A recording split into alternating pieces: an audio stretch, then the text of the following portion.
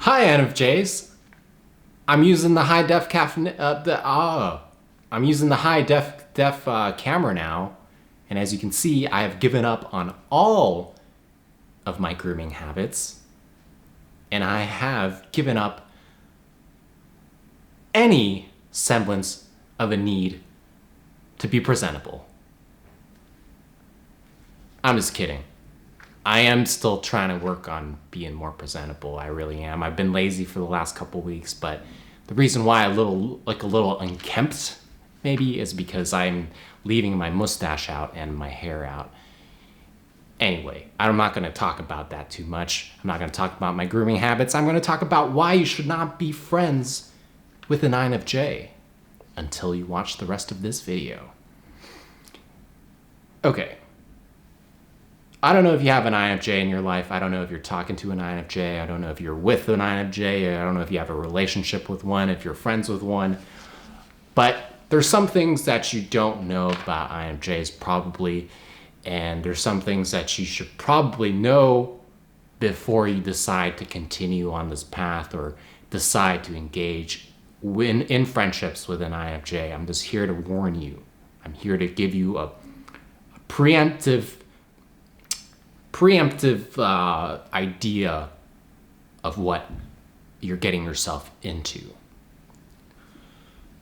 INFJs have this function stack, right? We know in MBTI, we all have these function stacks, and the INFJ has NI and FE as their top two function stacks. So NI is introverted intuition, FE is extroverted feeling. I probably can get it. If I got a quarter for every time I talked about this, I'd probably be just a little bit more above broke than I already am. So with this, we have the introverted intuition, which is identifying patterns, having a bit understanding, having insights, looking at things around us, envisioning the future, theories, things about the world that are around us that are kind of more on the spiritual side, more on the ephemeral side, if you will, that is not available for the plain eye to see.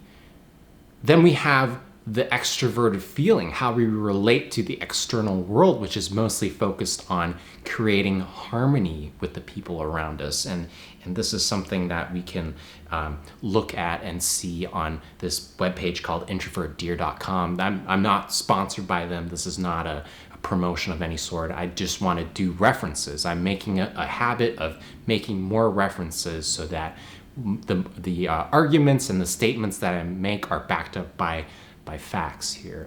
And this is something that I saw at introvertdeer.com, and we make that connection between the two functions, and it makes us sort of the moral standard.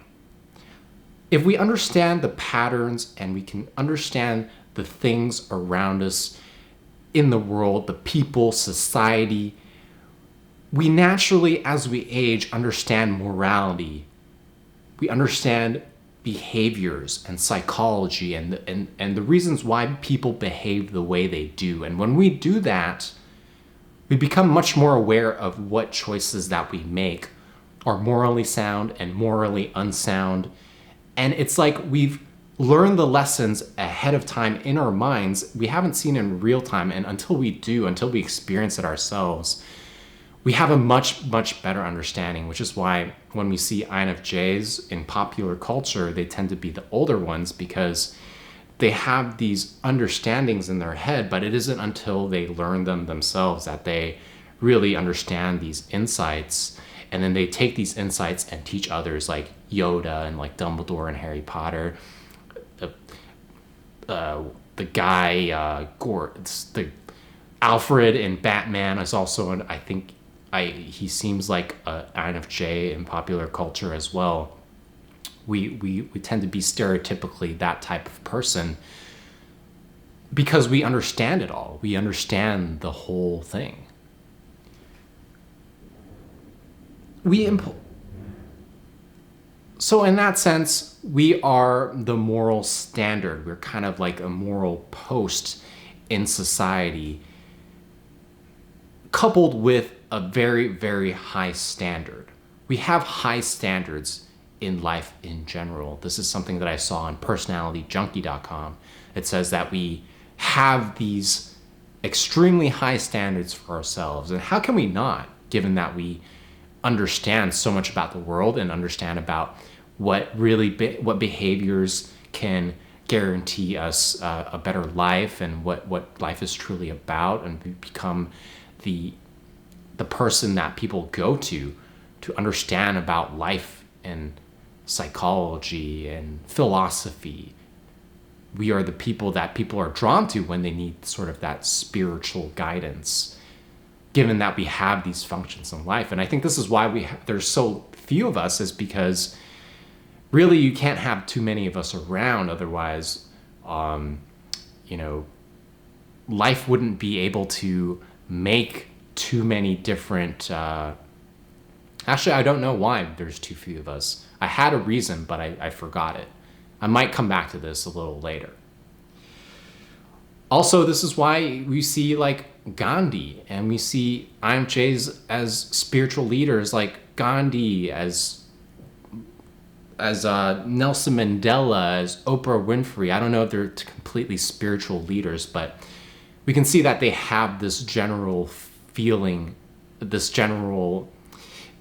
have this general sense that they have these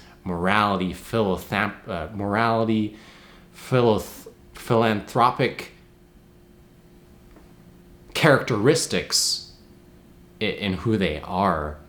And we kind of look up to them. We kind of see that they are philanthropic, and we want to learn from them how we can be a little bit better to the people around us. Okay, so what does this mean for you? What does this mean for INFJs? How does this information help you? Well, now you know that we have A, high standards, and B, a great understanding of morality.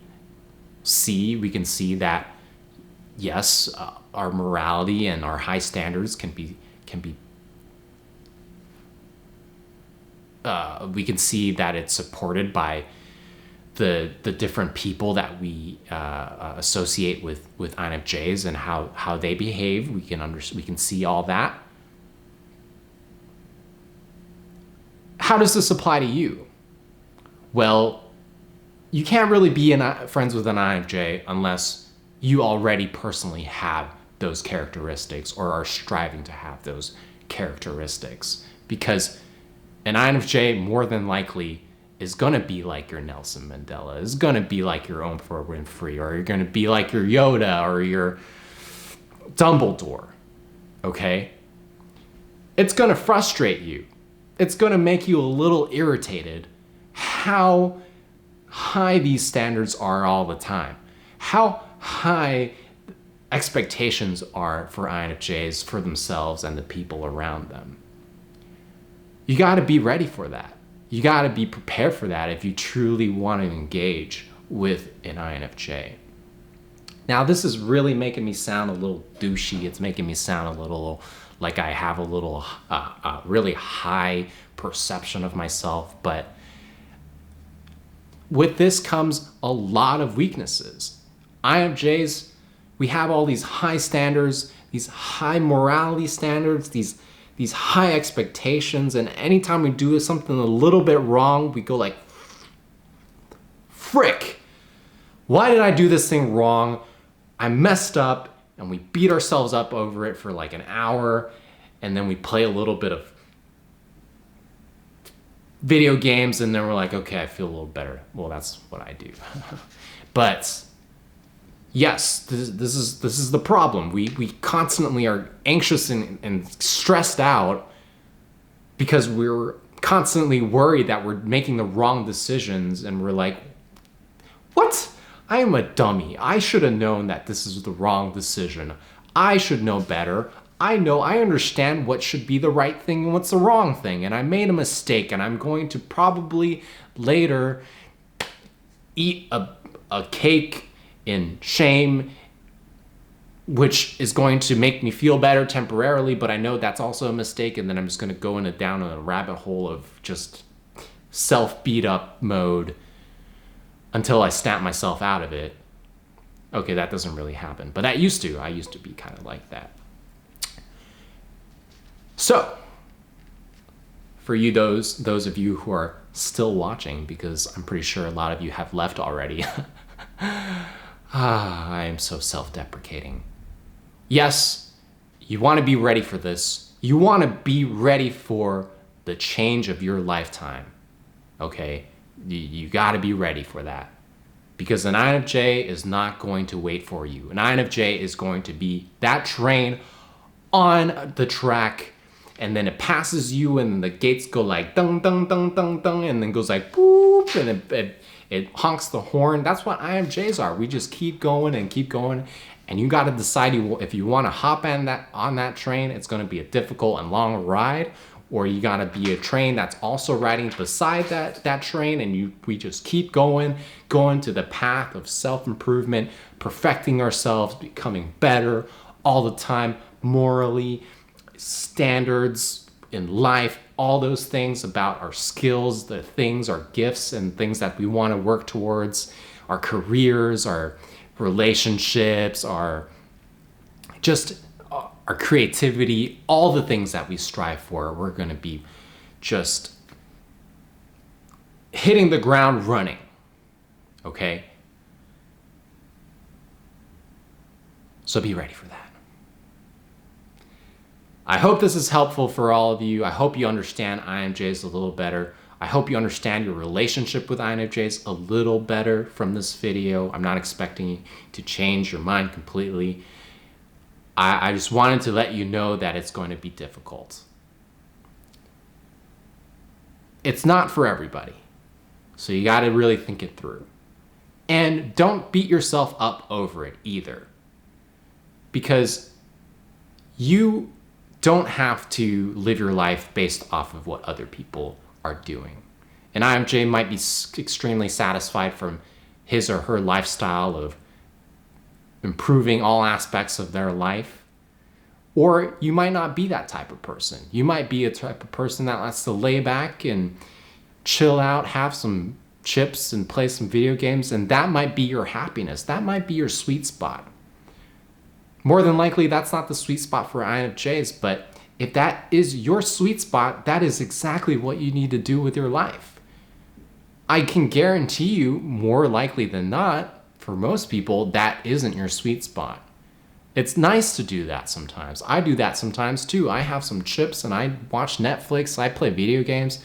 I like to give myself breaks. It's extremely satisfying to have those moments. But no, it's not for everybody. Not everybody is going to want that. Not everybody is going to be like that. It really depends on your personal preference. Okay, thanks for watching this video. I will catch you in the next one, all right?